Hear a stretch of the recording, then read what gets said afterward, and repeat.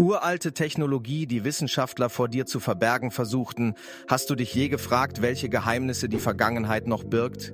Diese atemberaubende Maschine existierte tatsächlich schon vor dem Römischen Reich und konnte irgendwie Sonne, Mond und sogar Finsternisse verfolgen, alles mit kunstvollen Bronzezahnrädern, die 2000 Jahre lang verloren waren. Entdeckt in einem Schiffswrack vor Griechenland, verblüffte der Antikythera-Mechanismus Forscher, die kaum glauben konnten, dass solches Wissen jahrhundertelang verschollen war. War dies also wirklich ein verlorenes Vermächtnis der antiken Wissenschaft oder bloß die Spitze eines viel größeren, verborgenen Eisbergs? Stell dir nur vor, was noch immer vergessen und verrostend auf dem Grund unserer Ozeane wartet.